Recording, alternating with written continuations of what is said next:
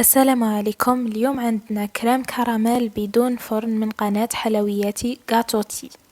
في مقلاة ما تلصقش ديري نص كاس تاع سكر، خليه يذوب على نار هادية شوية باه ما يتحرقلكش حتى يولي كراميل. مرة حركيه وغير يذوب ويكمل وتطفي عليه. فرغيه في القوالب اللي راكي راح ديري فيهم الفلون.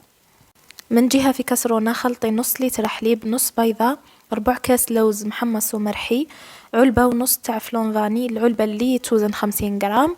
خلطيهم بارد في بارد وديريهم على النار مع التحريك المستمر حتى يغلي. نحيه طول وروحي فرغيه في هذوك القوالب اللي درتي فيهم الكراميل، وخليهم حتى يبردوا كيما نقولوا يدفاو شوية باش ديريهم في فريجيدار. كي يبردوا مليح نحيهم وكتعودي راح تقلبيهم. ديريهم في ميها سخونة باش يتطلقلك هذاك الكراميل، وقلبيهم في الطبسي وزينيهم بالمكسرات اللي حبيتي. انا كان عندي شوية لوز وجوز درتهم.